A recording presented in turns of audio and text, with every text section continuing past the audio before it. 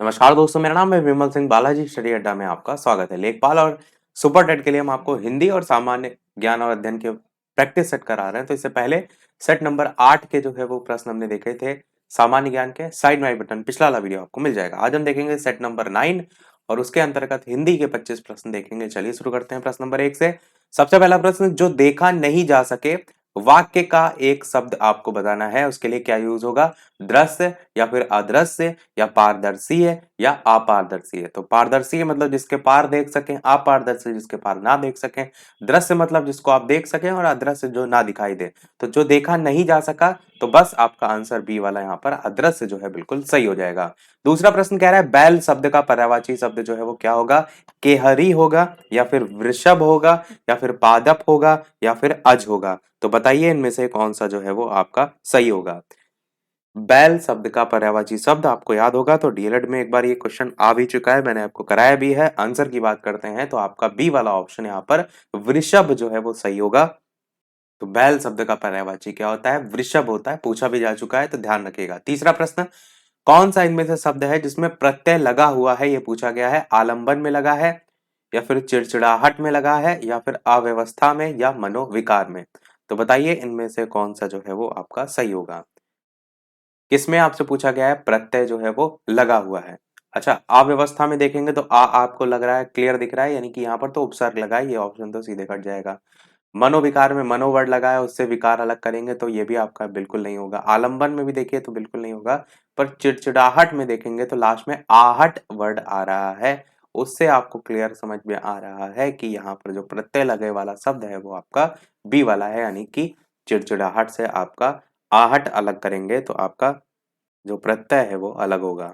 और कौन कौन से इससे शब्द बन सकते हैं आहट प्रत्यय से? तो जैसे आपका एक बन सकता है बौखलाहट, एक आपका सबसे ज्यादा जो यूज होता है उसको हम कहते हैं घबराहट, एक और होता है जिसको हम कहते हैं हड़बड़ाहट। तो इस प्रकार से आप शब्द जिससे बना सकते हैं। बिलबिलाहट भी होता है, इसमें आता है। और आपका कुर्राहट भी में भी आखिरी में आहट आता है। चौथा प्रश्न, कि जो संभव ना हो वाक्य का एक शब्द इनमें क्या होगा? अवश्यम भावी, असंभव, असंभव या फिर होनहार। तो बताइए कौन सा इनमें से जो है वो सही होगा। जो संभव ना हो वाक्य का एक शब्द।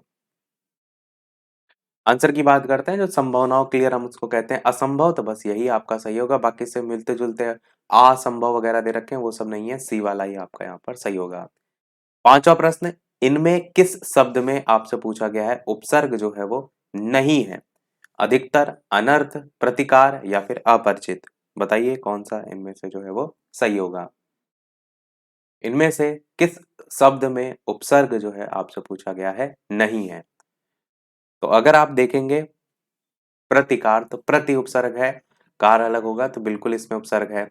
अपरिचित में भी आपका उपसर्ग है और आपका परिचित अलग होगा तो यहाँ पर भी उपसर्ग का यूज हुआ है। इसी प्रकार तो अनर्थ जो है इसमें अगर आप देखेंगे तो अन जो है ये आपका जो है वो उपसर्ग है और अलग जो होगा वो आपका अर्थ होगा। तो अन और अर्थ मिलकर के आपका अनर्थ बनाएगा, तो यहाँ पर भी आपका उपसर्ग दे रखा है। पर अधिकतर में अगर आप देखेंगे तो अधि तो उपसर्ग है बनता है, पर उसे शब्द कतर करके आप अलग नहीं कर सकते, तो इससे एक मीनिंगफुल अर्थ जो अलग होने के बाद नहीं निकलता है। तो ए वाला यहाँ पर सही होगा, जो कि आपसे पूछा गया था उपसर्ग नहीं है। मैंने आपको पहले भी बताया कि अलग करने के बाद भी जो शब्द अलग हो रहा है उसका भी अपने आप में सेंस होना चाहिए, वो भी आपको देखना होता है। तो ए वाला यहाँ पर जिसमें उपसर्ग नहीं है वो आपका सही होगा। अगला है कृपण। कृपण जो शब्द है उसका विलोम पूछा गया है। दानी होगा, त्यागी होगा या फिर खर्चीला होगा या फिर कंजूस होगा। बताइए कौन सा इनमें से सही होगा। कृपण शब्द आपने सुना भी होगा, तो बताइए कौन सा सही होगा। कृपण का मतलब क्या होता है? तो आप कहेंगे कृपण का अर्थ कंजूस जो है वो होता है। अब इसका प्रश्न में पूछा क्या गया है? प्रश्न में पूछा गया है इसका अपोजिट यानी कि विलोम। तो जो कंजूस होगा उसका विलोम हो जाएगा जो ज्यादा धन खर्च करने वाला हो। तो दानी तो दान देने वाला होता है, त्यागी त्याग देने से संबंधित है, खर्चीला होगा इसका जस्ट अपोजिट। तो सी वाला आपका ऑप्शन यहाँ पर सही होगा। अब देखिए कंफ्यूज करने के लिए कंजूस भी ऑप्शन में दिया गया है।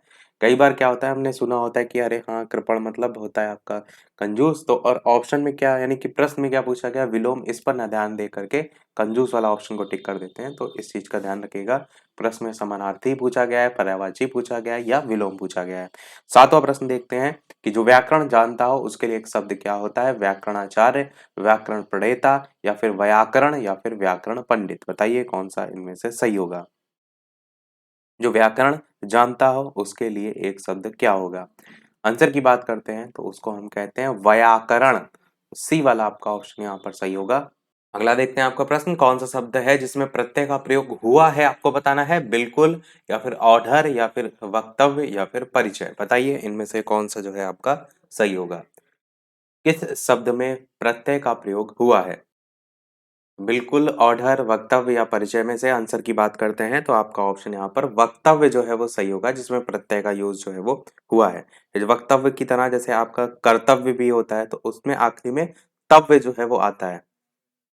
जैसे कर्तव्य की बात करें तो आपका क्री और तव्य कर्तव्य बना देता है मिला करके। जैसे वक्तव्य में आपका लास्ट में प्रत्यय आ रहा है, वैसे ही आपका कर्तव्य भी होता है, तो सी वाला यहाँ पर जो है वो सही होगा। अगला देखते हैं 9वां प्रश्न कि कौन सा शब्द है जिसमें हार प्रत्यय जो है वो नहीं है? लुहार, खेवनहार, जाननहार या फिर पालनहार। बताइए कौन सा इनमें से जो है वो सही होगा? तो बताइए ऑप्शन एबीसीडी में से कौन सा सही होगा? आंसर की बात करते हैं तो आपका लुहार जो है यहाँ पर सही होगा, जिसमें हार प्रत्यय आपसे कहा था नहीं छाटना है, तो ए वाले में लुहार में नहीं है, क्योंकि लुहार में आपका आर प्रत्यय आखिरी में जो है वो आता है। लोहा जो है इसका मूल शब्द होता है, तो लोहा और आर मिलकर लोहार बनाता है, ना कि हार प्रत्यय। तो हार नहीं होता है आपका। जो लोहा है इसका जो हा आ रहा है ना वो इसके मूल शब्द में ही आ जाता है। हार का जो हा देख रहे हैं ये इसके प्रत्यय के अंतर्गत नहीं आता है, जबकि आर प्रत्यय इसमें लगा होता है। 10वां प्रश्न देखते हैं कि प्रौढ़ का सही संधि विच्छेद आपको जो है वो बताना है। तो प्रा प्लस उड़ होगा या फिर प्रा प्लस ऊड़ होगा या फिर प्रो प्लस हड़ा होगा या फिर प्रा प्लस और होगा। बताइए कौन सा सही होगा? साथ ही साथ वीडियो लाइक भी अवश्य करते रहिएगा। इसी प्रकार अच्छे अच्छे प्रश्न हम प्रैक्टिस करते रहें, शेयर भी करते रहिएगा और लोग भी जुड़ते रहें। लाइव टाइमिंग इन प्रश्नों की जो है वो दोपहर के 3 बजे की है और एक शाम के 8 बजे वाली भी लाइव टाइमिंग है, जिसमें हम सुपर टेट के टॉपिक वाइज प्रश्नों को देख रहे हैं। आंसर की बात करते हैं इनमें से, तो प्रौढ़ का जो है तो आपका ऑप्शन यहाँ पर प्रा प्लस ऊड़ जो है वो सही होगा। प्रा और ऊड़ मिल करके जैसे आपका प्रौढ़ शब्द जो है वो बनता है। कौन सी संधि है यहाँ पर? तो ये जो है वो गुण संधि का जो है वो उदाहरण है, तो आपका ऑप्शन यहाँ पर बी वाला सही होगा। अगला है समान स्वरों के योग से आपसे पूछा गया है संधि होती है, कौन सी होती है? गुण संधि, यड़ संधि, दीर्घ संधि या फिर अयादि संधि। आपको पता है ना, जैसे कि छोटा आ मिलकर छोटा आ और छोटा आ मिलकर जो है वो बड़ा आ बना देता है, तो इस प्रकार की चीजें किसमें देखने को मिलती है? यानी कि स्वर जो है वो समान हो, पहला भी स्वर जो है वो वही हो जो उसके बाद में आ रहा हो, तो इस प्रकार से आपका किस में देखने को मिलता है? तो आप कहेंगे दीर्घ संधि में देखने को मिलता है। सी वाला यहाँ पर सही होगा। 12 प्रश्न है, चौमासा में समास कौन सा है? द्वंद्व समास है, कर्मधारय समास है, द्विगु समास है या तत्पुरुष समास है? तो बताइए इनमें से कौन सा जो है वो सही होगा? नाम से ही क्लियर है आपको कि चौमासा में 4 अंक वर्ड आ रहा है, तो यानी कि द्विगु समास जो कि आपका संख्यावाची सब समास होता है, तो सी वाला यहाँ पर जो है वो सही होगा। 13 प्रश्न है, किसी समस्त पद में विशेष से विशेषण भाव समास होता है, कर्मधारय, तत्पुरुष, द्विगु, बहुब्रीहि।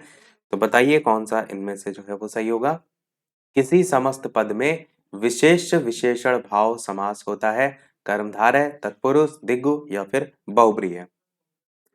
आंसर की बात करते हैं इन चारों में से, तो कर्मधारय समास जो है आपका यहाँ पर जो है वो सही होगा, क्योंकि कर्मधारय समास में क्या होता है? ऐसा समास वाक्य जिसमें पहला पद आपका विशेषण हो और दूसरा पद आपका विशेष्य हो, या हम ऐसे भी कहते हैं कि इसको पूर्व पद और उत्तर पद में उपमान और उपमेय का संबंध हो, तो वो आपका आता है कर्मधारय समास में। अगला प्रश्न है, जिसे जीता ना जा सके उसके लिए उपयुक्त शब्द जो है वो कौन सा है? अजेय, अज्ञेय या फिर अपराजय या फिर दुर्जय। बताइए कौन सा सही होगा? जिसे जीता ना जा सके, आंसर की बात करते हैं इनमें से, तो उसे हम कहते हैं अजेय। जिसे जीता ना जा सके उसे कहते हैं अजेय, तो आपका ए वाला यहाँ पर जो है वो बिल्कुल सही होगा। अगला 15 प्रश्न है, जिस स्त्री का पति जीवित है उसके लिए उपयुक्त शब्द कौन सा होता है? पतिव्रता, सधवा विवाहिता या अनुरक्ता? बताइए, जिस स्त्री का पति जो है वो जीवित है। जिसका नहीं जीवित है उसके लिए तो वर्ड विधवा यूज करते हैं, तो विधवा तो ऑप्शन ही में नहीं है। पर विधवा वर्ड से आप उसका अपोजिट निकाल सकते हैं, क्योंकि जिसका पति मर गया हो उसके लिए विधवा वर्ड होता है, और विधवा का विलोम क्या होगा, तो सधवा होगा। और सधवा में अगर आप अर्थ निकालेंगे तो जिसका स्त्री का पति जीवित है। तो इस प्रकार से बी वाले ऑप्शन तक आप पहुंच सकते हैं। और अन्य ऑप्शन भी देखिए काफी अच्छे दे रखे हैं, जैसे प्रतिव्रता, विवाहिता। तो आप इसमें कंफ्यूज जो है वो इस प्रकार से नहीं होंगे। अगला देखते हैं प्रश्न 16। अंक जो है इसका सर्वाधिक उपयुक्त अर्थ युग्म आपको बताना है। चिन्ह, लेख, संख्या, गोद, धब्बा, पाप, डिठौना, निशान। बताइए इनमें से कौन सा जो है वो सही होगा। अंक का सर्वाधिक उपयुक्त अर्थ युग्म। अंक का जो है तो संख्या के संदर्भ में भी यूज होता है, तो संख्या और गोद वाला जो है आपका बी वाला ऑप्शन सही होगा। तो अंक और गोद ये जो है आपका शब्द युग्म में आ जाएगा।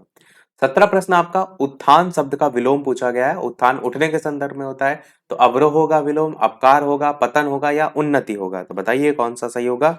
आसान सा प्रश्न है, आप आसानी से बता लेंगे। उत्थान उठना तो गिरने के संदर्भ में पतन का होता है, तो सी वाला यहाँ पर जो है वो सही होगा। 18 प्रश्न ध्वंस शब्द का विलोम बताइए। विनाश, निर्माण, विध्वंस या फिर उत्कर्ष, कौन सा में से सही होगा। ध्वंस शब्द का विलोम शब्द क्या होगा। आंसर की बात करते हैं। ध्वंस मतलब होता है किसी चीज को आप गिरा रहे हैं, जैसे बिल्डिंग है, कहते हैं ना विध्वंस हो गया, यानी कि ध्वंस, ध्वंस उस चीज को गिराने के संदर्भ में। तो इसका विलोम विनाश होगा, निर्माण होगा, विध्वंस होगा या उत्कर्ष होगा। अब देखिए ध्वंस का विलोम विनाश तो बिल्कुल नहीं होगा, क्योंकि वो तो इसी के समानार्थी में आ रहा है। निर्माण हो सकता है, क्योंकि ध्वंस अगर गिराना है तो निर्माण बनाने के संदर्भ में। विध्वंस आपका कई बार अपोजिट इसी प्रकार से होता है कि इसके आगे वी लग गया, आ लग गया। उत्कर्ष आपका नहीं होगा, तो बी या सी में से कोई हो सकता है। तो बताइए कौन सा सही होगा। बात करते हैं आंसर की। तो विध्वंस जो है इसका एक्चुअल में अर्थ होता है विनाश के संदर्भ में, बर्बादी के संदर्भ में। तो ये तो आपका ध्वंस से मिलता जुलता ही हो जाएगा, क्योंकि जो ध्वंस होता है इसका मतलब भी विनाश के संदर्भ में ही होता है, विध्वंस भी वही सेम है। ये आपका नहीं होगा। विलोम पूछा गया था, तो निर्माण आपका जो है वो सही होगा। अच्छा प्रश्न था। देखिए ध्वंस विध्वंस देखने में अपोजिट लग रहा है, पर एक्चुअल में ये अपोजिट नहीं है, समान अर्थ ही प्रकट कर रहे हैं। ध्वंस का जो विलोम होगा वो आपका निर्माण के संदर्भ में जो है वो होगा। 19 प्रश्न निम्नलिखित में पुत्री शब्द के पर्यायवाची शब्द आपको बताने हैं। पुत्री शब्द आपका पूछा भी जाता है काफी। भार्या, कांता, अबला, वनिता, लड़की, बेटी, अचला, वसुधा, सुता, धरा, वसुमती, अचला, तनया, आत्मजा, दुहिता, तनुजा। बताइए कौन सा सही होगा।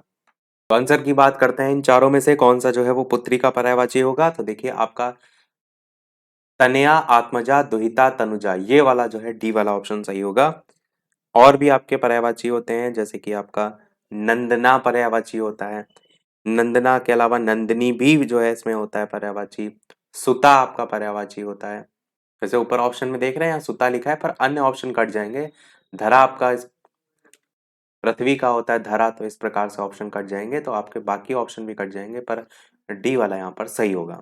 20 प्रश्न कि बिजली के पर्यायवाची आपसे पूछे गए हैं। ज्योति, रोशनी, चमक, प्रभा, विद्युत, तड़ित, चपला, दामिनी, उजाला, प्रभंजन, विहग, निशापति या मंदाकिनी, अस्म, प्रस्तार, प्रभा। बताइए कौन सा इनमें से सही होगा। बिजली के पर्यायवाची शब्द आंसर की बात करते हैं, तो आपका विद्युत, तड़ित, चपला, दामिनी, ये सभी जो है वो बिजली के पर्यायवाची होते हैं। तो ये वाला आपका ऑप्शन यहाँ पर सही होगा।